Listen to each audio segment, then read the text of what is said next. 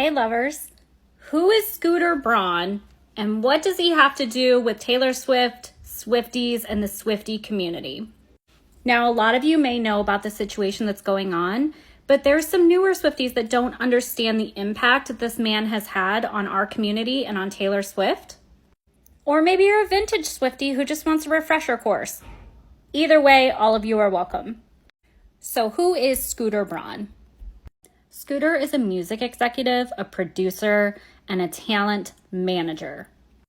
Now, as a manager, I'm sure most of you have seen in the news lately that his clients are dropping him. They're dropping like flies.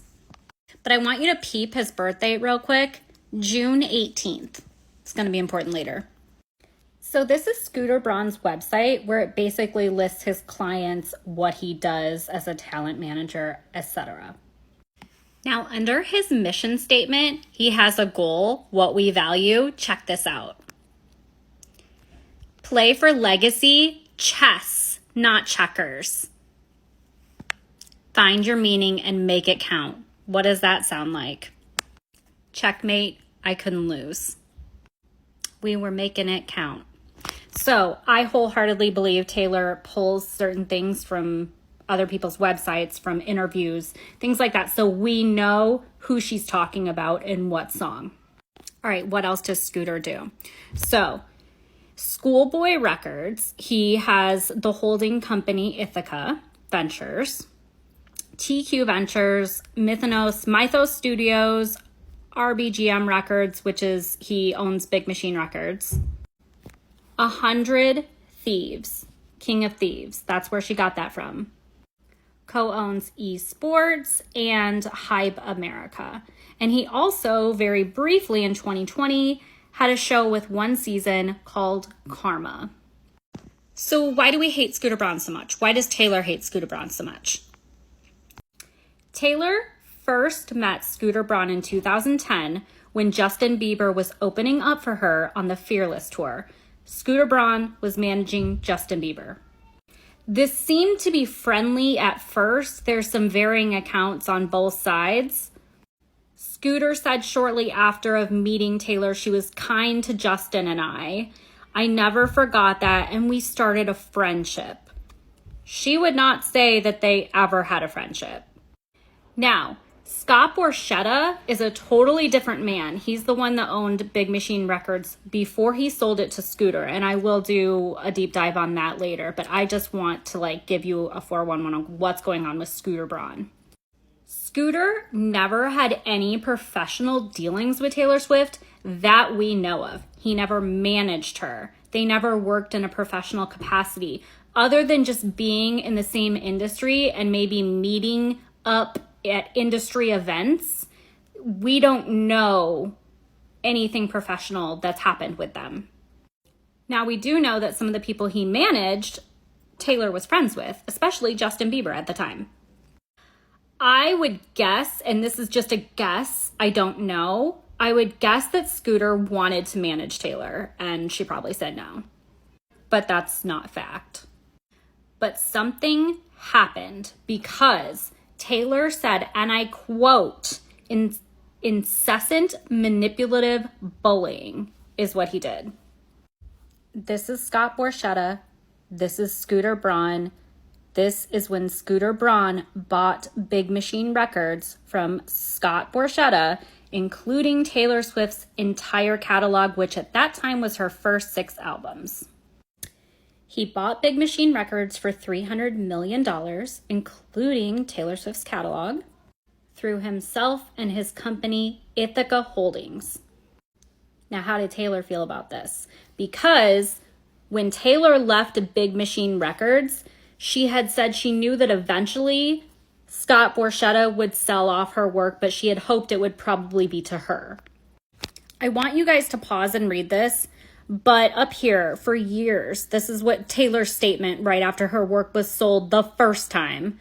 I pleaded for a chance to own my own work. Instead, I was given an opportunity to sign back up to Big Machine Records and earn one album back at a time for every new one I turned in.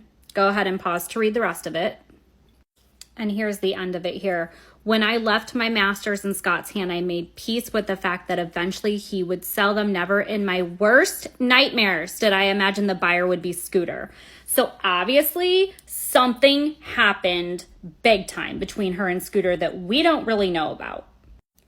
So after Taylor left Big Machine Records, before Scooter bought it, obviously, she signed with Republic Records United Music Group.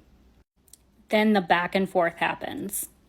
Scott Borchetta, not Scooter Braun, released this statement. Pause to read. The part I love, though, is that he said that Swift had every chance in the world to own not just her master recordings, but every video, photograph, everything associated to her career. Yet she still chose to leave Big Machine Records. Yes, that's a choice that she's entitled to. So you just basically said yourself that she wasn't given every option. If she stayed with you, then she could have it. It's beyond me. So in response to Scott Borchetta's statement, Taylor Swift's lawyer, Donald Passman, denied in a statement that Borchetta gave her an opportunity to purchase her masters or label outright with a check. August 2019, Lover is released, her first completely owned record. Scooter Braun praises her. Matter of fact, he says, regardless of what has been said, the truth is you don't make big bets unless you are a believer and always have been. Brilliant album with Lover. Congrats, Taylor Swift. Supporting was always the healthier option. That is such a veiled, it's ridiculous. Now back in July 13th of 2019 to be exact, Kelly Clarkson tweeted openly that Taylor should just re-record her records. August 22nd, 2019, Taylor Swift goes on Good Morning America, tells Robin Roberts she is going to record albums 1 through 5. At the time, she says, and I quote, "My contract says that starting November 2020, I can re-record albums 1 through 5 all over again. Had to be 5 years since the original release. So Reputation was not in that category at the time. She was talking about it. It was too soon. As we know now, she re-recorded Rep as well. Just for quick reference, these are the albums, the masters, when they first came out. And these are the ones that she does not own. As we know now, she's re-recorded probably all of them, but we've gotten Fearless, Speak Now, Red, and we're about to get 1989. Days before the American Music Awards in 2019, on November 14th, 2019, shit hits the fan again. Taylor put up a lengthy post, basically crying out for fans to help, talking about the whole situation and that Scooter Braun and Scott Borchetta were trying to stop her from re-recording, from playing a medley of her old hits that she didn't own yet because it was going to be recorded and put on TV. I'll put up the full statement. Pause to read. I love if I agree to not re-record copycat versions, and she's used that before now. And pause to read. Now, as you can see in there, it mentions the Carlyle Group. They were just people that put up, or a group that put the money up front to purchase her catalog, to help those men purchase her catalog. So basically, they funded the money up front. They were an investor. The next day after Taylor's statement, November 15, 2019, in a statement to USA Today, Big Machine denies Swift's comments. At no point did we say Taylor could not perform on the AMAs or block her Netflix special, said a statement from the label. In fact, we do not have the right to keep her from performing live anywhere. They go on to say this, pause to read, and this. It's almost comical.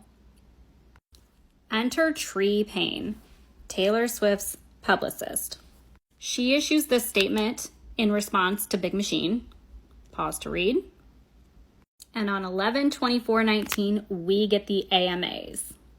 And Taylor shows up in this iconic shirt with all of her stolen work and also the Big Machine label behind her as another kick. Stay tuned for the next part.